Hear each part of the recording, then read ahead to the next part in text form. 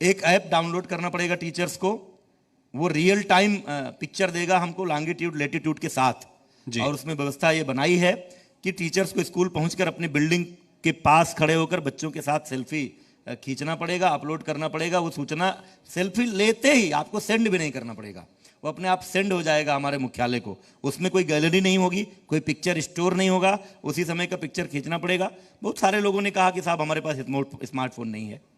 यद्यपि ये विश्वसनीय नहीं है कि टीचर कहे, आजकल बेरोजगार आदमी भी लेकर घूमता है, मजदूर भी लेकर घूमता है, और अच्छी सैलरी पाने वाला टीचर कहे कि हमारे पास स्मार्टफोन नहीं है। लेकिन लोगों को लगा कि शायद हमारी मॉनिटरिंग के लिए, यद्यपि केवल मॉनिटरिंग के लिए वो ऐप नहीं है, उस पर आप छुट्टी का एप्लीकेशन भी देंगे उस पर आप बिना रजिस्टर के, जो आप रजिस्टर की बात कही ना, हमारी सरकार के पहले 1 महीना पहले जी हमारे उत्तर प्रदेश के शिक्षकों को 48 रजिस्टर मेंटेन करने पड़ते थे एक टीचर को। अब हमने उनको घटाकर 18 किया है, और जैसे हमारी प्लानिंग चल रही है आने वाले दिनों में रजिस्टर विहीन कर देंगे, सब कुछ ऑनलाइन होगा, कोई रजिस्टर नहीं होगा। तो ये सारी चीज़ों एक हमने कंपोजिट प्लान बनाया था उसको। जब लोगों ने कह दिया हमारे पास स्मार्टफोन नहीं तो हम जबरदस्ती कर नहीं सकते, तो फिर हमने प्लान किया है कि हम अपने हर स्कूल के हेडमास्टर को एक टैबलेट देंगे, उस टैबलेट में सब सारी चीज़ें होंगी। आने वाले कुछ महीनों के बाद कोई रजिस्टर पर हाजिरी नहीं होगी, कोई खंड शिक्षा अधिकारी नहीं तय करेगा कि किसको एब्सेंट करे किसको प्रेजेंट करे। ऑटोमेटिक ऑनलाइन सिस्टम में एब्सेंट और प्रेजेंस होगी।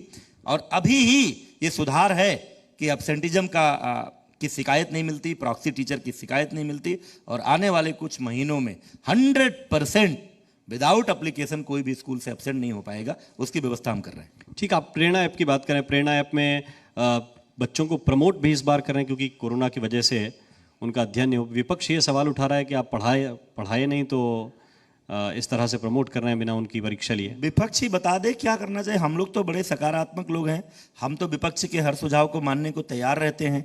क्या हमको कोरोना काल में बच्चों को स्कूल भेज देना चाहिए था? जब सबके जीवन पर संकट था तो क्या उस समय स्कूल भेजना ज़्यादा जरूरी था? अब ये तो अजीब बात हुई, नहीं स्कूल बंद करते तो कहते साहब करोड़ों बच्चों को मौत के मुंह में झोंक दिया है। और अब जब प्रमोट कर रहे, बच्चा पढ़ ही नहीं पाया, ऑनलाइन क्लासेज, एक तरफ वो कहते भाई सबके पास तो इंटरनेट की सुविधा नहीं है, हर बच्चे में ऑनलाइन क्लास नहीं किया, तो अगर हम परीक्षा कराते तब कहते कि बताइए ऐसे बच्चों का क्या होगा। तो टाटा की एक बात मैं रतन टाटा का कोट करना चाहूँगा।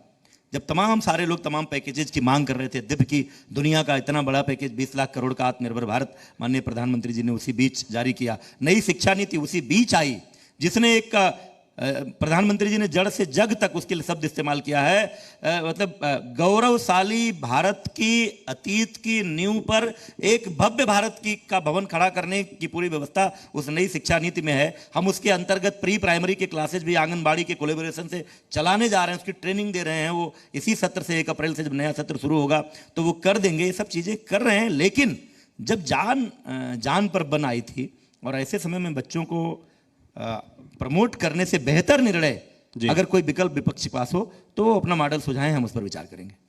बहुत बहुत शुक्रिया, बहुत बहुत धन्यवाद सतीश द्विवेदी जी इस चर्चा में